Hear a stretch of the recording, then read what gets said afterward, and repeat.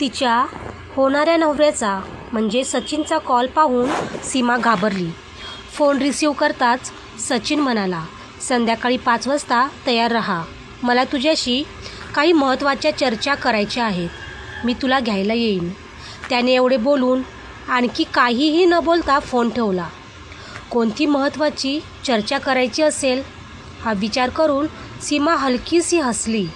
सीमा तिच्या कॉलेजमधील धाडसी विद्यार्थ्यांमध्ये सर्वात वरच्या क्रमांकावर होती. त्यामुळेच कदाचित तिने सचिनचे आमंत्रण स्वीकारायला थोडाही उशीर केला नाही. संध्याकाळी 5 वाजता सचिनच्या गाडीचा हॉर्न ऐकून सीमा बाहेर आली.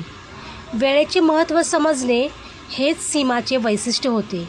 तिची आई मागून म्हणाली, अगं घरात तर बोलव त्यांना.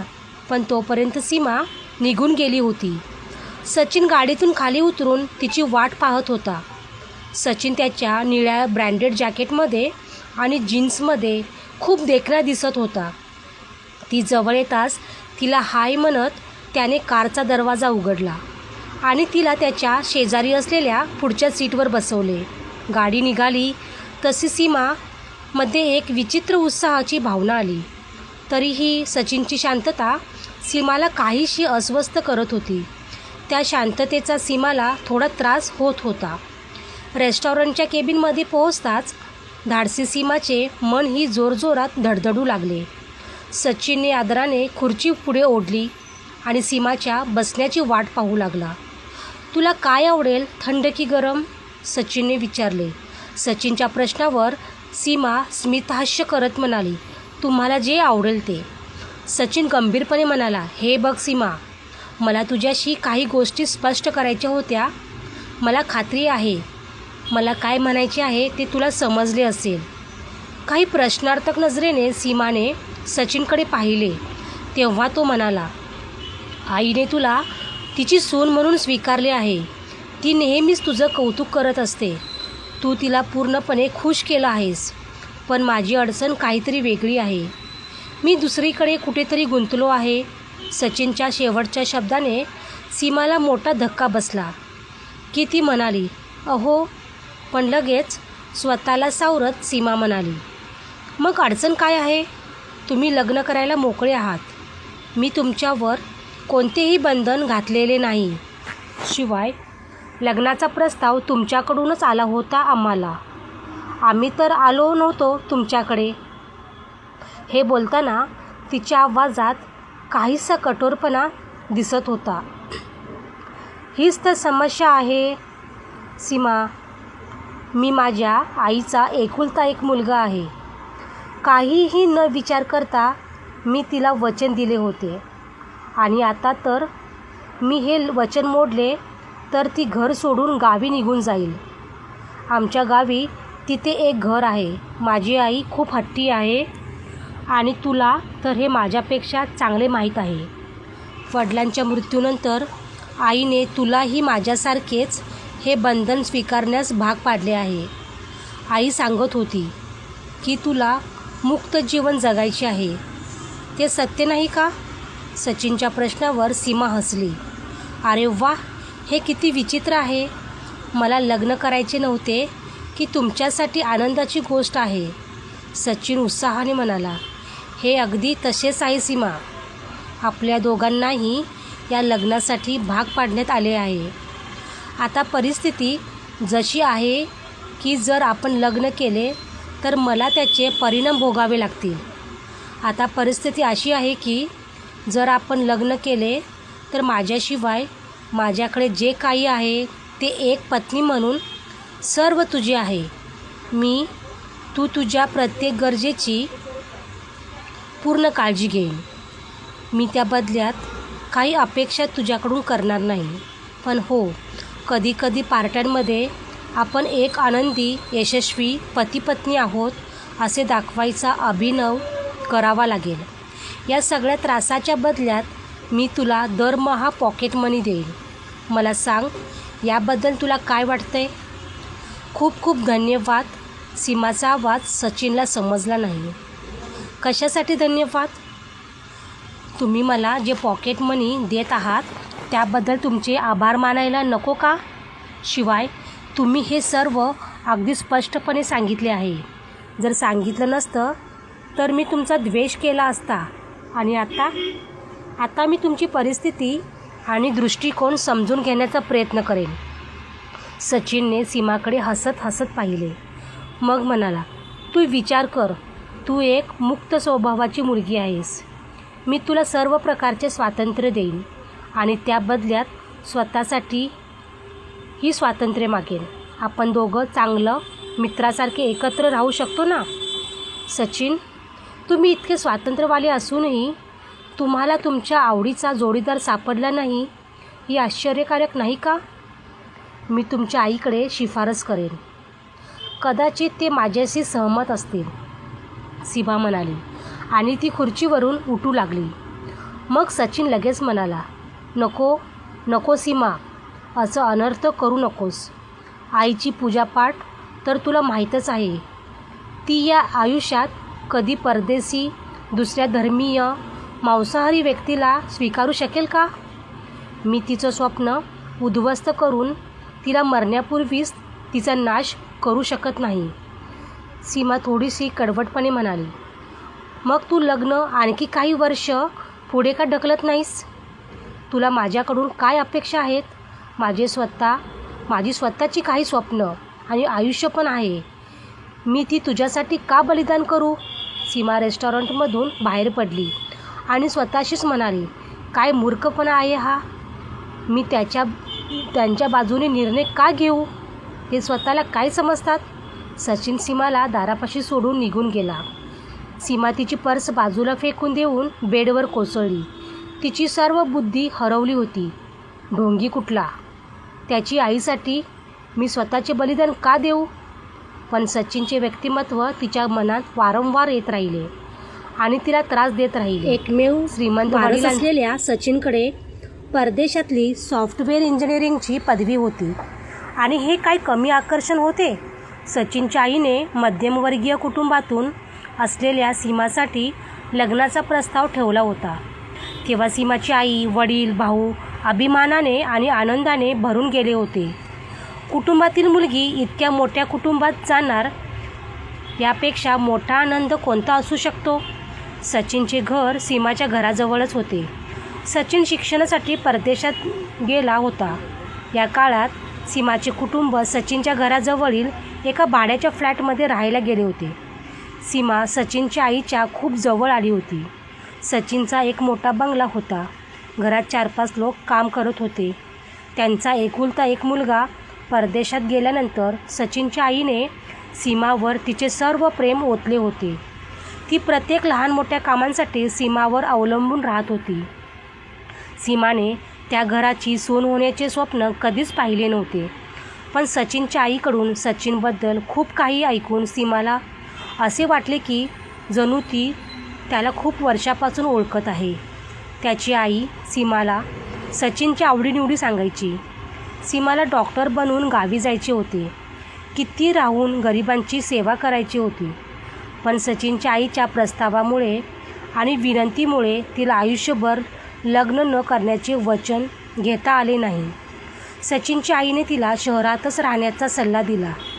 ती म्हणाली होती की ती इथेच एक क्लिनिक उघडू शकते आणि गरिबांची सेवा करू शकते. कदाचित हे एक रुग्णालय बांधू शकतात. आणि सीमाला ही कल्पना आवडली होती. पण आता तिने काय करावे? तिचा भाऊ अनुज तिला सतत चिडवत होता आणि हसत होता. तिच्या आईचा चिंताग्रस्त चेहरा तिला काहीतरी विचारत होता. एक वेळ सीमाला तिच्या आईला सगळं काही सांगावंसं वाटत होतं, पण त्या अपमानाने तिला त्रास दिला. डोकेदुखीचं कारण करून ती रात्रभर बाजू बदलत राहिली. सीमाने तिच्या कॉलेजच्या काळात प्रत्येक आव्हान आनंदाने स्वीकारले होते, पण हे आव्हान आयुष्यभराचा प्रश्न होता. सुंदर, साधी दिसणाऱ्या सीमाची जिद्द सर्वांनाच माहिती होती.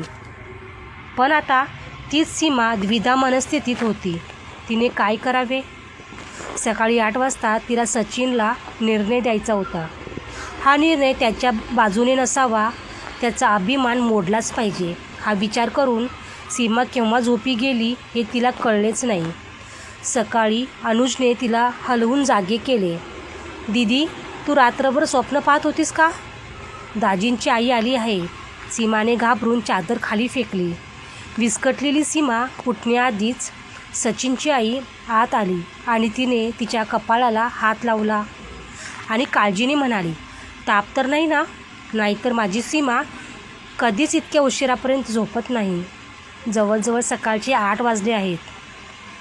सचिनची आई अनेकदा मॉर्निंग वॉक संपल्यानंतर सीमाच्या आईला भेटायला यायची आणि न डगमगता चहा घ्यायची.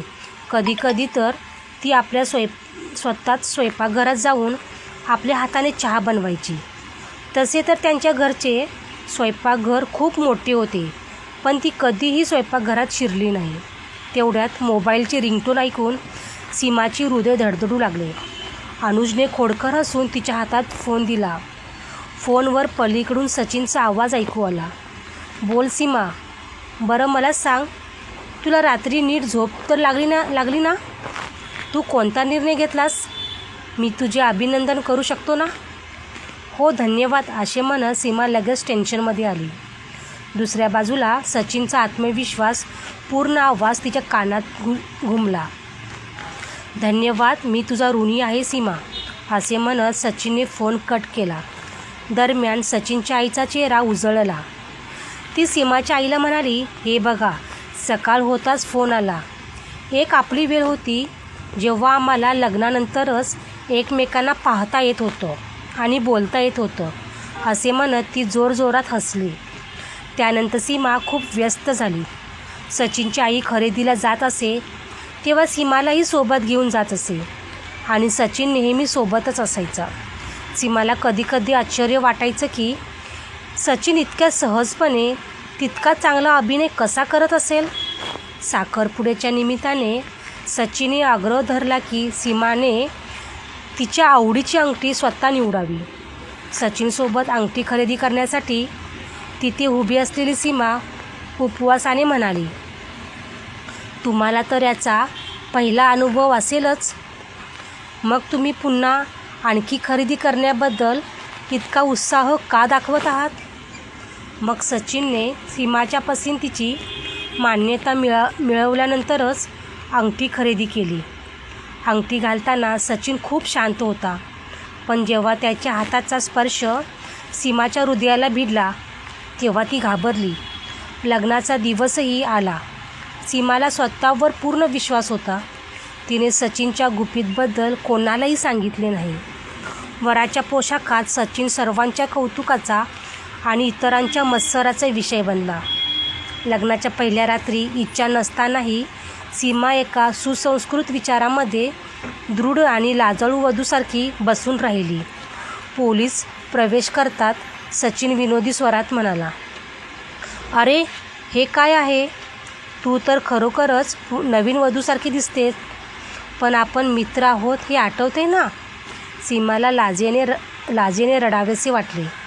बरं असू दे, तू तर परंपरेचे पालन करत आहेस, तर मीही तुला एक भेटवस्तू देऊन तुझा पदर काढतो, असे म्हणून सचिनने तिच्या हातात एक खूप महागडा हिऱ्याचा ब्रेसलेट घालण्याचा प्रयत्न केला. तेव्हा सीमा चिडली, तुमच्या भेटवस्तूसाठी मी असा ड्रेस घातला नाही. हा तर आईचा आग्रह होता म्हणून. माझ्या वतीने हे ब्रेसलेट तुम्ही तुमच्या त्या प्रेमिकेला द्या.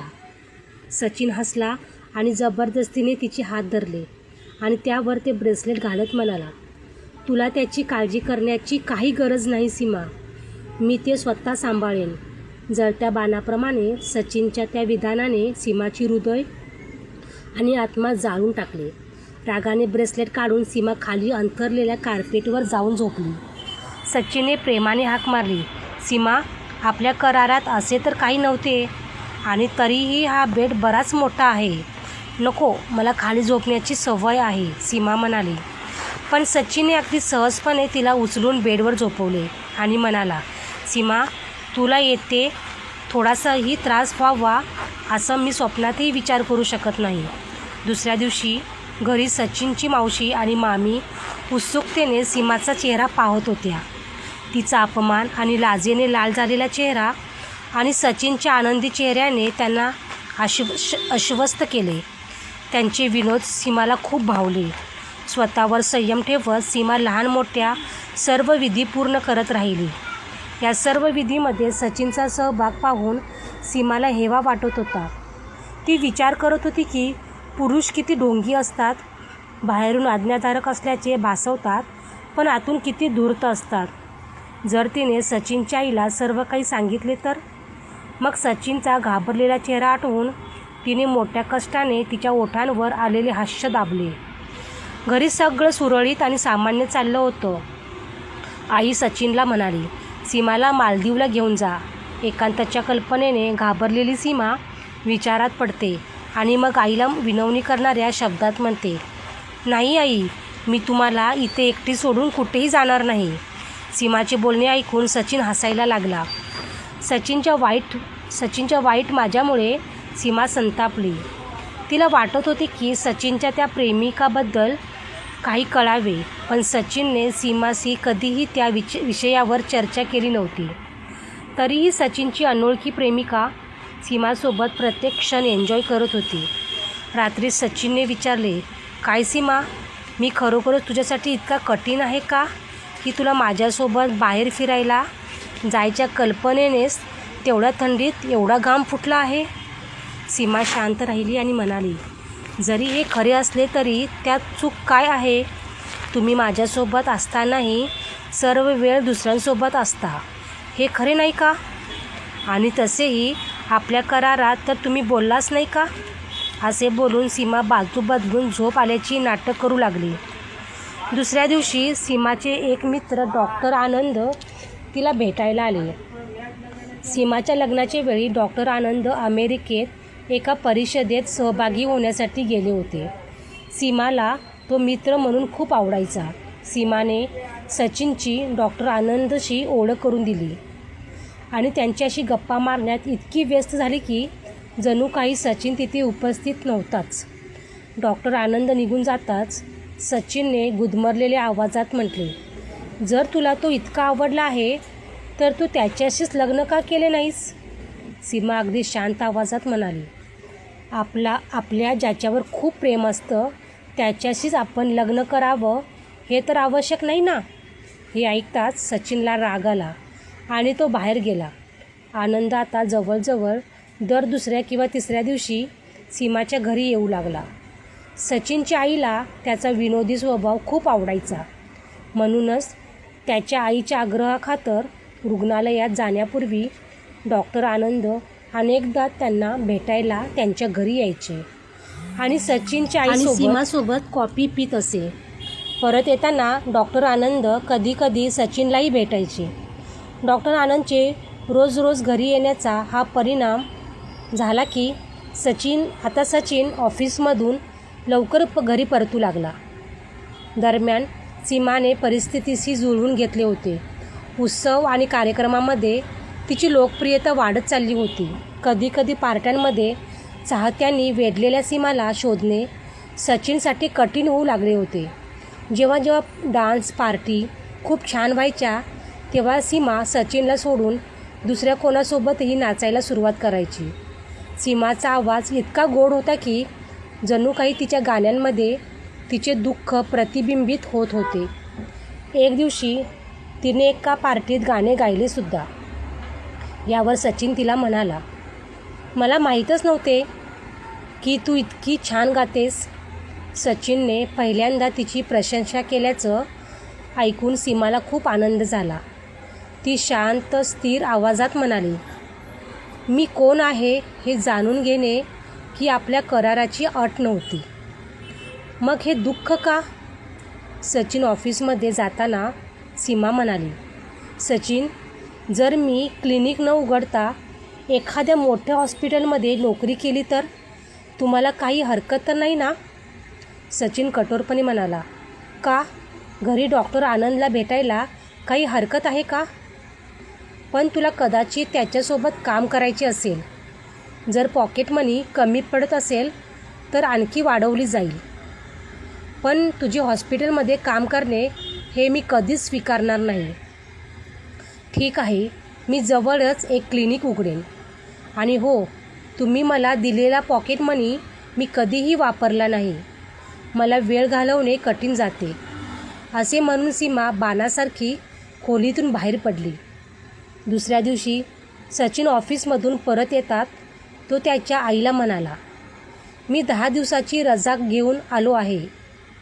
सीमाला सांग मालदीवला जायचे आहे. हे ऐकून सीमाने उत्तर दिले, उद्यापासून क्लिनिक उघडण्याची व्यवस्था करावी लागेल, त्यामुळे जाणे शक्य नाही. सचिनला थोडी एकांतता मिळताच तो चिडला. आपल्याला जायलाच हवे. क्लिनिक नंतर उघडता येईल. मी तुमच्या स्वातंत्र्यात कधीच अडथळा बनले नाही आणि तुम्हीही मला माझ्या स्वातंत्र्याची खात्री दिली होती, नेहा म्हणाली. मग भावनेच्या भरात सचिनने सीमाला जबरदस्तीने आपल्या मिठीत घेतले आणि म्हणाला, तू माझी पत्नी आहेस. तुझा नवरा म्हणून मी तुला माझ्यासोबत येण्याचा आदेश देत आहे. सीमाचे तोंड आश्चर्याने उघडेच राहिले. ती निशब्द राहिली आणि म्हणाली, तुमची पत्नी म्हणून मी फक्त तुमच्या आज्ञा पाळण्यासाठीच आहे का? कुठे गेले तुमचे वचन? जेव्हा मन केले तेव्हा पत्नी बनवले आणि जेव्हा मन केले तेव्हा दूर ढकलले. सीमा अचानक रडू लागली. अनेक दिवसाचे बंधन एकाच वेळी तुटले. सचिनने हसून सीमाचे डोके प्रेमाने छातीशी घट्ट धरले आणि त्याच्या प्रेमळ हाताने तिच्या चेहऱ्यावर पसरलेले केस बाजूला केले आणि म्हणाला, बस लगेच हरलीस? शेवटी निघाली ना मूर्ख. अरे बुद्धू, जेव्हा माझ्या आईने मला फोनवर सांगितले की तुला माझ्याशी लग्न करण्यात रस नाही, तेव्हा माझा अहंकार दुखावला गेला. अगं माझे कधीही इतर कोणाशीही कसलेही संबंध नव्हते आणि कधी होणारही नाहीत. मी ही आईसारखाच तुझाच चाहता आहे आणि नेहमी राहीन. माझ्या डोळ्यातलं हे साधं सत्यही तुला वाचता आलं नाही का? सीमाने आश्चर्याने डोकं वर केलं आणि म्हणाली, तुम्ही इतके दिवस माझ्यासमोर अभिनय करत राहिलात का? ती लाजत म्हणाली, हो, हे खरे आहे की हे सर्व दिवस वाया गेले. पण तुला ह्या प्रेमाचा आनंद मिळाला नाही का सीमा? मग क्षणभर थांबून सचिनने विचारले, खरं सांग सीमा, तुला डॉक्टर आनंदबद्दल थोडे जास्तच आकर्षक आहे का? अरे ते तर मला माझ्या मोठ्या भावासारखं आहे. त्यानेच मला डॉक्टर बनण्याची प्रेरणा दिली होती. मग सचिनने प्रेमाने सीमाला मिठी मारली, तिच्या कपाळाचे चुंबन घेतले आणि विचारले, मग आता तुला मालदीवला जायचे आहे की क्लिनिक उघडायचे आहे? सीमाने लाजून विचारले, इतका त्रास का दिला सचिन? एका नवीन भावनेसाठी. जर आपण अशा रूढीवादी पद्धतीने लग्न केले असते तर मला तुझ्यावर इतके प्रेम आले असते का? द्वेषाने किती वेळा तरी डॉक्टर आनंद यांना मारण्याचे मन करत होते माझे. सीमाच्या भुवया उंचावलेल्या पाहून सचिन हसला. मला माफ कर, मी विसरलो होतो की तो आदरणीय व्यक्ती होता.